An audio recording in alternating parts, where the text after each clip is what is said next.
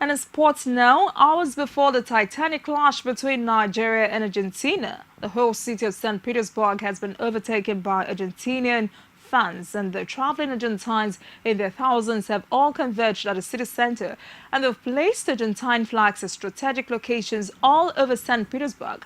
It's a winner-take-all match, as the winner is going to finish second.